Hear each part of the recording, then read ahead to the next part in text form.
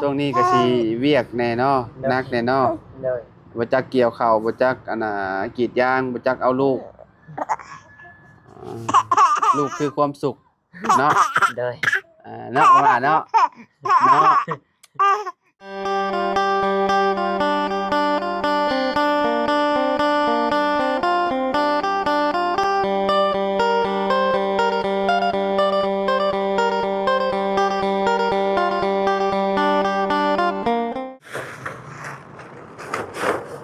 เอากราบสบายดีและสวัสดีเนาะพ่อแม่พี่น้อง FC บัสสุขูสู่คนเนาะแวะเวียนมาหาบักลาอุ้มบุญก่อนพี่น้องเอ้ยเนาะทางน้องแก๊สเพิ่นกำลังตากข้าวสบายดีเด้อน้องเด้อโดยพอมันเปียกบ่นี่น้องจุมเจ้าไปพูดทำบ่ได้นี่พูดแล้วเกี่ยวโอ้มันคือเปียกอันนี้มันถึงพ้นตอนใดนี่น้องนี่เมื่อวานนี่ฝนตกเนาะจักซอบนี่เบิดนี่3ฝั่งนี้สอบหนึ่งบ่ฝั่งนี้2ฝั่งนั้นจักซอบแต่น้องแก๊สสอบหนึ่งนะนี่รวมกันนี่พี่น้องเอ้ยเนาะเข้าหน้าพี่น้องเอ้ยเนาะสิแล้วบ่ยังเนาะเอาเข้าไปหาทางลานทรายก่อนพี่น้องเอ้ยเนาะให้น้องแก๊สเพิ่นอันนี้พี่น้องเนาะกำลังต้อมข้าวว่าสิบ่แม่นสิหายบ่จักพี่น้องหรือว่าจังใดเนาะหรือว่าต้อมไว้ซื่อๆเนาะดึงดึงดึงดึงดึงดึงดึงดึงดึงดึงดึงสบายดีบ่ได้เห็นกันดนขี้ยิงแท้คือยิงแท้คือยิงแท้เป็นคือยิงแท้ขอหน่อยเป็นลูกอ้าวดึงไม้ลุงออกแล้วบัดนี้อ้าว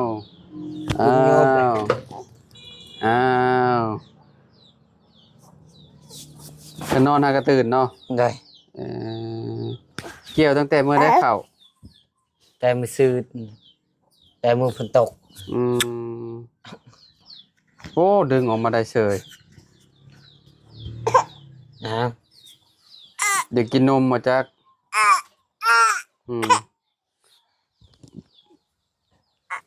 พี่หน่อยนอนตื่นมาก็อยากกินขนมโดนเนาะ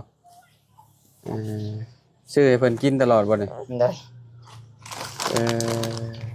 เพิ่นยังกินนมมานั่นอยู่บ่สะเอ็ดนะบ่แล้วไม่ได้ชื่อแล้วดนเลยนมอะไรได้กินนมแม่ได้วันที่เท่าใดก่อนวันเกิดเพิ่นเดือนนี้ได้เนาะได้วันที่3บ่ได้โอ้ใกล้แล้วพี่น้อยเนาะ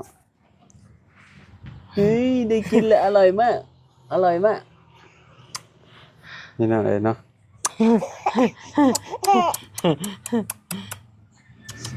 ชีเล่มเลยกินเด้อกินให้ลูกมึงเนาะกินให้ลูกมึงเนาะกินให้ลูกมึงเนาะกินให้ลูกมึงเนาะเราสิให้หรือแนวใดหรือเราหัวเราเห็นแม่ละ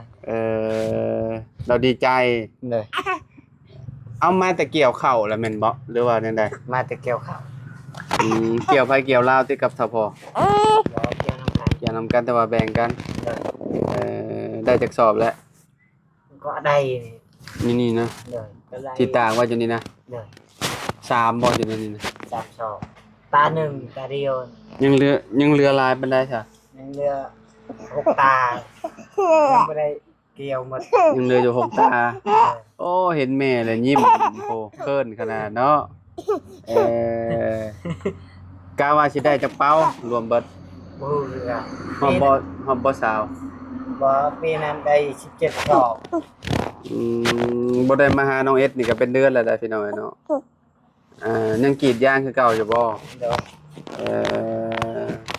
เมื่อวานนี่บ่ตูนบ่เข้ามาหา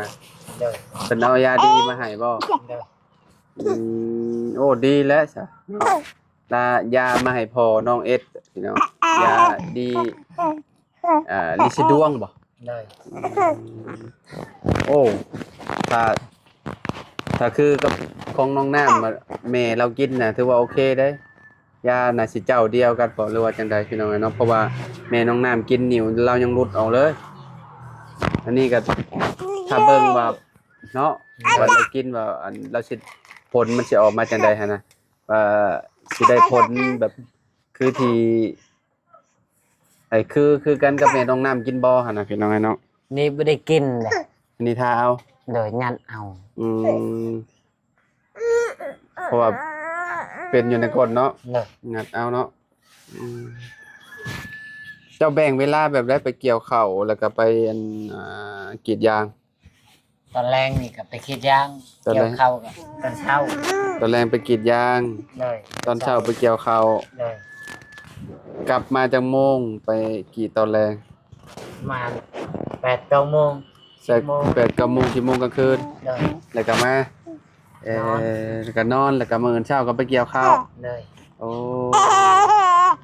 ช่วงนี้ก็สิเวียกแน่เนาะหนักแน่เนาะ เลย บ่จักเกี่ยวข้าวบ่จักอันน่ะกรีดยางบ่จักเอาลูกลูกคือความสุขเนาะ เลย เนาะว่าเนาะเนาะบ่ได้เห็นเพิ่นโดนแหละพี่น้องเนาะเฮาบ่อยากให้อุ้มใช่บ่จักอันนี้คนน้อยกินได้แล้วขนมก็ได้พ่อให้ซื้อให้กินตลอดเลย เลย แขว2เล่มเลยนับมื้อแล้ว ชีเล่มทั้งถึงซอง ย่ำได้แล้วซั่นนี่ นะ กินขนมของหมักแล้วเด็กน้อยนี่สุดยอดแล้วลูกคอยก็เข้าเซเว่นเมื่อวานนี่ก็หยิบเอาขนมขนมที่เพิ่นอยากกินเนี่ยโอ้พี่น้องเอ้ยเนาะ มือหนึ่งชาวพัน โอ้ยดีแล้วลูกเจ้ามื้อหนึง2,000ลูกคอยมื้อละ100,000ปลาย ก็แนมได้ไปข้างนอกน่ะแนวที่เพิ่นอยากเพิ่นเอาเต็มที่เลยพี่น้องเอ้ยเนาะอันนี้คือกันและบัตรใหญ่ เลย แต่เบิ่งบัดเพิ่นไปอันห้านค่าได้นี่โอ้ยขอยันพอนี่หาเงินแทบสิบ่ทันพุ่นแหล้วเนาะเนาะบักล่ะอุ้มบุญห้านค้าอยู่ใกล้ๆนี่พี่น้องเอ้ยโอ้ของไผสิปลูกอันนี้นะ ของแม่น้องบุญ โอ้น้องแก๊สบ่ปลูก เลย โอ้คักลิซะเนาะผักกาดผักบัวพี่น้องเอ้ยโอ้ถือว่าโอเคอยู่ได้นี่เนาะเฮ้ยเบิ่งก่อนจักเด็กจังหน่อยพี่น้องเอ้ยเนาะปลูกได้จักมื้อแล้วนี่เอ็ด ยอดเดือนหนึ่งแหละ เออผักบัวพังนี่ผักกาดพี่น้องเอ้ยเนาะใส่ขี้แบ้บ่ เลย เริ่มเคี้ยวแล้ว โอ้ดูบัดแลเจ้าอันยอดเอาล้นนี่เก็บบัดมันใหญ่ เลย ยอดแล้วก็เอาไปปลูกให้มันห่างๆกันโอ้แล้วปลูกอันนั้นผักกาดแล้วผักบัวแล้วก็อันนั้นบ่ฮู้ว่าหยังอันน่ะมาบ่เล่นอะไรดีกว่าไปซื้อเพิ่นเป็นความน้องแก๊สเพิ่นอยู่ไปหน่อยเนาะฝั่งนี้ก็มีหยังอันนี้บักพริกหยวบบ่อันนี้คือว่าเต็มอยู่นี่หมากดกแท้โอ้พี่น้องเอ้ยเนาะบ่ได้เมื่อพาเขาน้อยเมื่อบ้านดูมาบ้านไม่เฒ่าบ่ไม่เฒ่าเกี่ยวข้าวแล้วบ่ แล้วแหละ แล้วเนาะ นะ เออจะไปเกี่ยวข้าวไผเอาบักละพอเราไข่เนี่ยอยู่บ่นั่นนี่หรือว่าจังได๋ ยังเจ็บอยู่ เจ็บคือเก่า เลย เออฮะ แล้วตอน เราหัวเลยโอ้ยโอ้ยดำบ่เดี๋ยวนี้ฮะดำบ่ ดำแล้ว บ่จะดำบ่อุบุญพอปู่ผ้าอันนั้นเนาะผ้าตากแดดหลายเนาะยังอยู่เป็นได้แม่น่ะ ออกลูกแล้ว เอาลูกแล้ว เลย จากตัว ตัวนั้น เอาตัวหนึ่งเนาะขิวลาวพี่น้อยเนาะนี่ขิวกันน้อยเนี่ยขิวกันน้อยนี่เฮ้ยเฮ้ยเฮ้ยเฮ้ย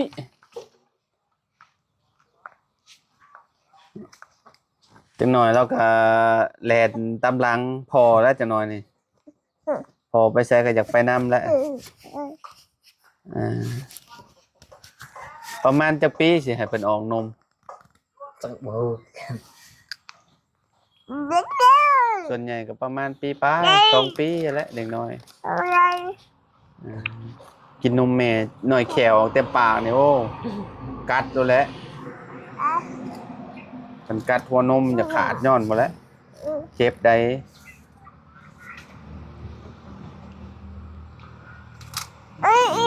เพิ่นบ่ได้ค่อยเป็นอันนั้นหรอว่าบ่ได้ค่อยเป็นไข้เป็นหนาวว่านั่นน่ะ เลย เอออืมข้าวก็กินข้าวอันนั้นแล้วเด้เป็นยังไงนะเอาแล้วแม่ขนมมาอยากไปน้ำแม่บ่จักนี่คนน้อยนี่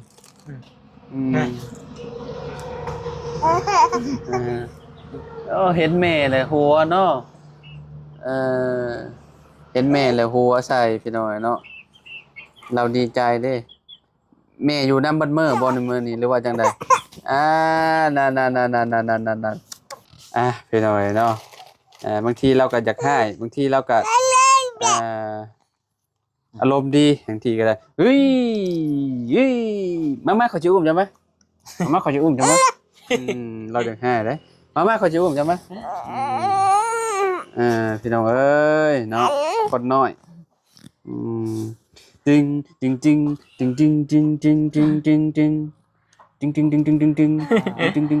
มาจับมือเนี่ยเราให้อุ้มอยู่พี่น้อยเนาะโดนเห็นกันเทื่อนึงกับน้องบุญนั่นน่ะเนาะช่วงนี้ก็งานหนักพอสมควรเนาะน้องเอ็ดเพราะว่าบ่จักเกี่ยวข้าวบ่จักอัน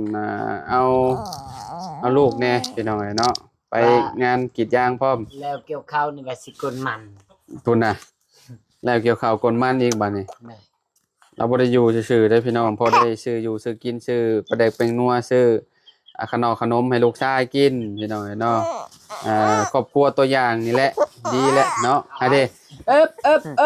อ้ยพี่น้องเอ้ยเนาะเอากันลุงทางน้องแก๊สเพิ่นก็กำลัง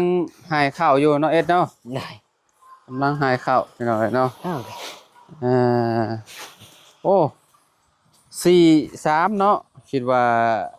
4กระสอบฝั่งนั้น4กระสอบนึงพี่น้องเอ้ยเมื่อไรจังสิตากใหม่อยู่บ่นี่น่ะโดยเพราะว่ามันนั่นน่ะมันยังเปียกอยู่เนาะโอ้พี่น้องเอ้ยฮอดมันเป็นมันอันนั้นหมดเลยตอนนั้นเป็นหากแล้วอันนั้นเขามันงอกเปียกเลยเข้าออกงอกบ่โดยฝนตกมื้อนั้นบ่ได้นั่นเลยคือเข้าอันนั้นนั่นแหละเข้าอีหยังเข้าเตี้ยขาวนี่แหละอยู่บ้านท่านเจ้าห้องเข้าหยังนี่บ่ใส่ไปซื่อๆบ่จังเลยบ่เลยพี่น้อยหอมได้ข้าวใหม่นี่คนน้อยอยากนมได้ไรบ๊ายบายลูกไปเลยเด้อบ๊ายบายพี่